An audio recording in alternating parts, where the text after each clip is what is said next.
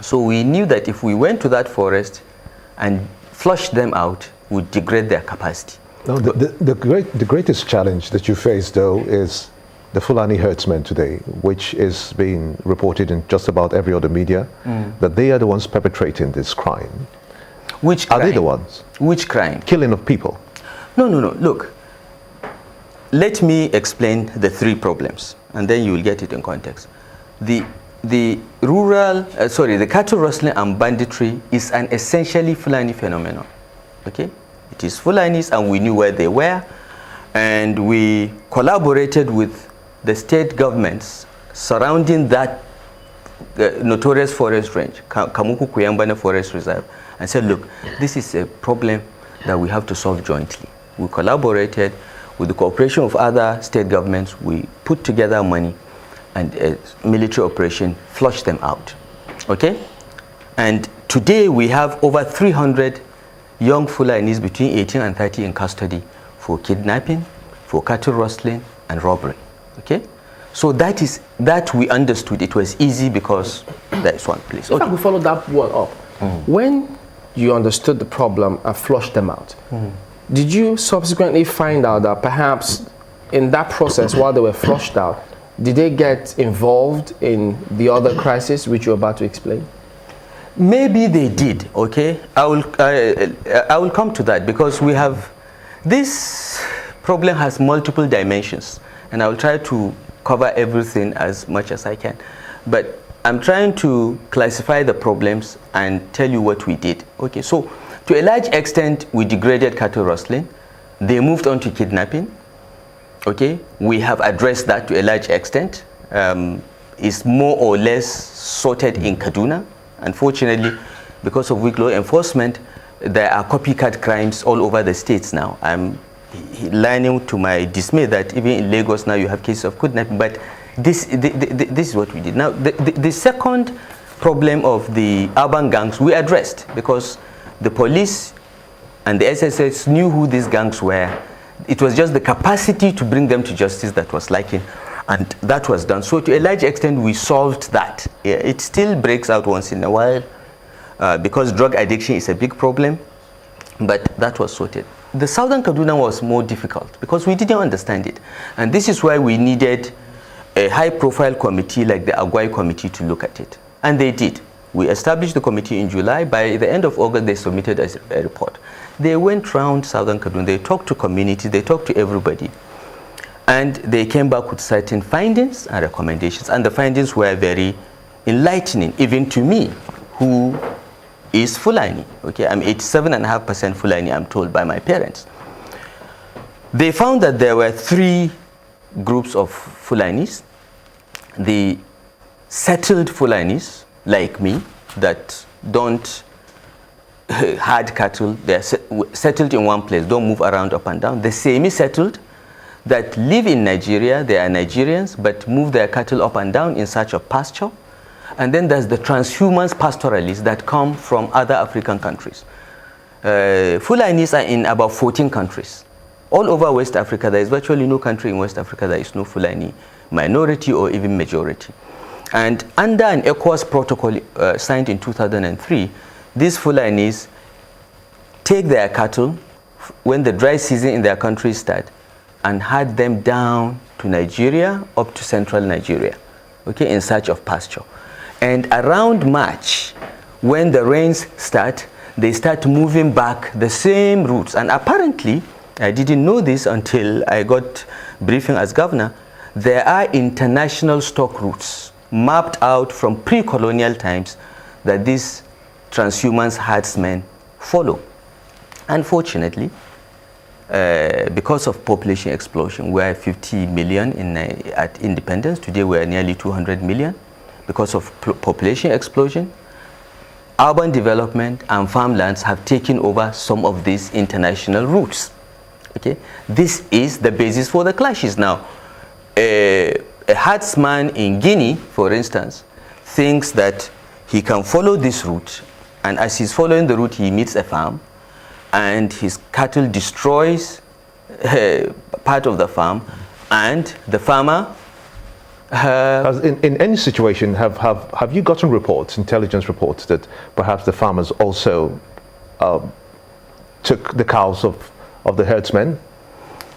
No, we have no such reports. But what often happens, that when damage to a farm occurs, in those days, the Fulani would leave behind a small calf as compensation.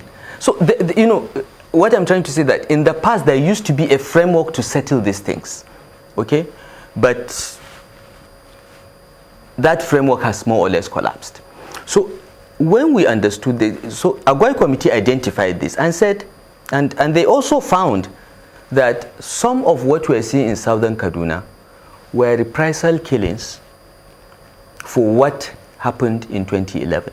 Because in 2011, as the herdsmen were moving their cattle back to their countries or to their locations in various parts of northern Nigeria, the post-election violence took place in April.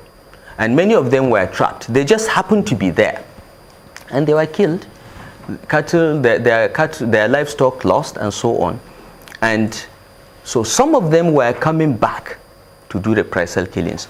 Most of the Fulanis within Nigeria filed claims, okay, because there was the Lemu Commission of Inquiry that looked at this problem and made recommendation that federal government should pay compensation to those that lost cattle. Pardon me, but where did this happen? Where were they trapped? They were trapped mostly around Zonkwa in Zangwan Katab local government, Kaura, and Jema'a. Okay? These were all in southern Kaduna? Yes, these are in southern Kaduna. And this happened to be also the areas where we have these problems today. Okay? There are 8 local governments in southern Kaduna. Only 3 or 4 have this problem. Okay? And this is where mostly the killings in 2011 took place.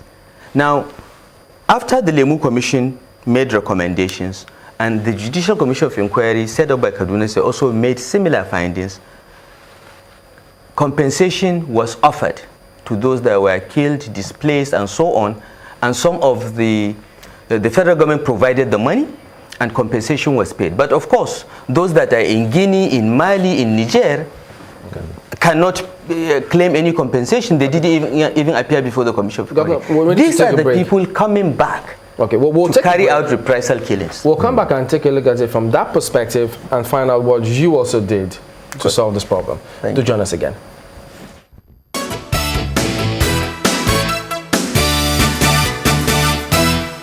Welcome back to Sunrise Today, continuing our conversation with the Governor of Kaduna State, His Excellency Nasir El-Rufai. He's here with us in the studio. You have said that you did identify how kinds of Fulani that exist, how some of them move from different countries into Nigeria to cause some of these problems. Now, on the 3rd of December 2016, it was widely published that you had a meeting with a select group of journalists, and you did brief them that your government has traced some violent, aggrieved Fulani to their countries and paid them to stop killings of southern Kaduna natives and the destruction of their communities, saying that the renewed violence is carried out by bandits. Could you explain this to us? Well, look, that was reported not only incorrectly but out of context. What we did was this. The Agwai Committee recommended that we should reach out to these transhumance pastoralists because they have established that most of the attacks in southern Kaduna are traceable to them because they were outside the process of the Lemu Commission and the Kaduna State Commission of Inquiry. They did not receive any compensation. They didn't even appear before the commission because they are foreigners. And one of the members of the Agwai Committee fortuitously was part of a team that the late governor of Kaduna State, Patrick Yakowa, was sending to reach out to these people. Apparently, Yakowa also stumbled onto this information and realized that he had to reach out to these transhumance pastoralists from other countries. And that process was going on. If you look at Yakowa's tenure, in 2011 there were attacks. But he started this outreach, and throughout 2012, until he died, there were no attacks as such. Okay, so one of the members of the committee mentioned this, and it was in the Aguirre recommendation to reach out to these people through NGOs, civil society organizations, and so on. So we reassembled the team and said, go out and talk to them. Tell them that this has to stop.